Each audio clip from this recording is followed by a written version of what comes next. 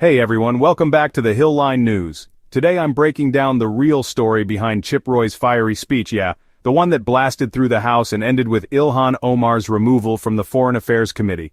There's more to this than headlines and hashtags. So stick with me because Roy's words could mark a shift in how Congress battles it out from here on out. Let's get straight to Roy's main argument. Would note that we're here for a very obvious reason. The door was opened, and now we're dealing with that. And the door shouldn't have been opened. I'm reminded. But in this instance, I'm going to be very open and honest about why I'm going to vote for this resolution. That's why. Again, recognizing the statements that the representative has made, I find to be highly problematic, extremely concerning, raising very serious questions from a foreign affairs perspective, as the ranking member has raised about statements made and how he feels about people being on certain committees over here. The door was opened. What does he mean? Well, he points the finger at the Democrats, saying they changed the rules first, reshaping committee assignments, bending Senate procedures, setting new precedents. In Roy's view, Republicans are just playing by the new playbook.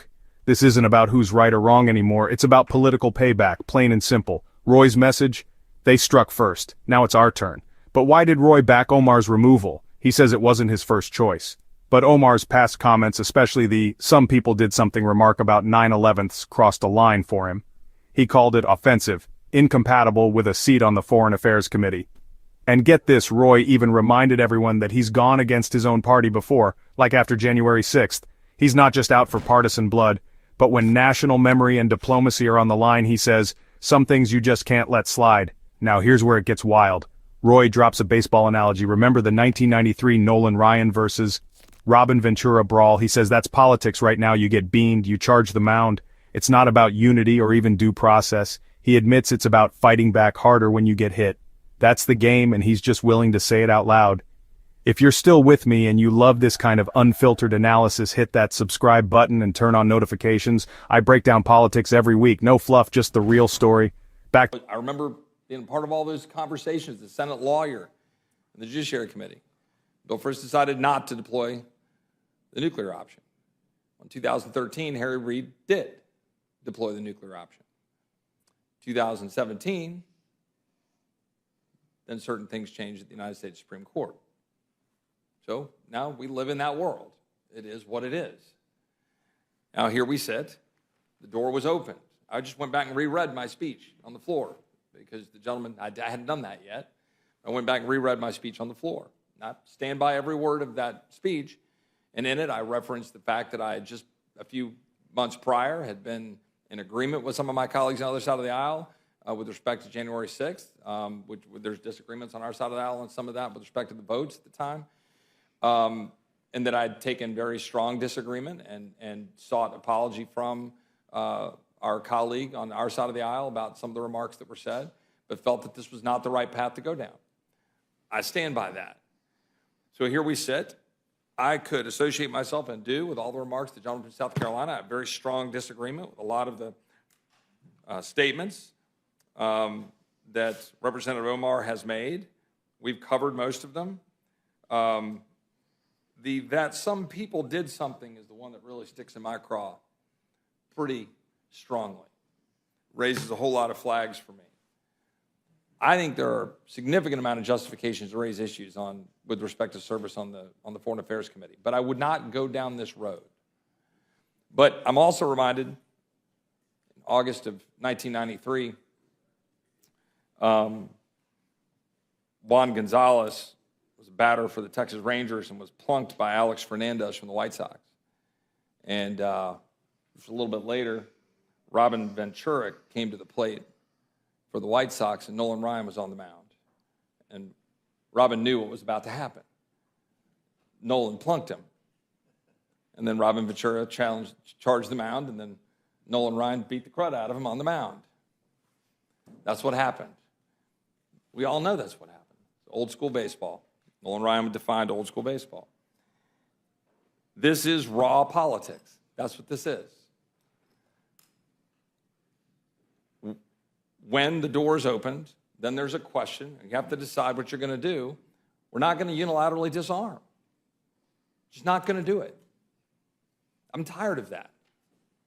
It just is what it is. Guys took a shot at someone on our team, about statements I disagreed with and took very much to task. But I've got strong disagreements with Representative Omar.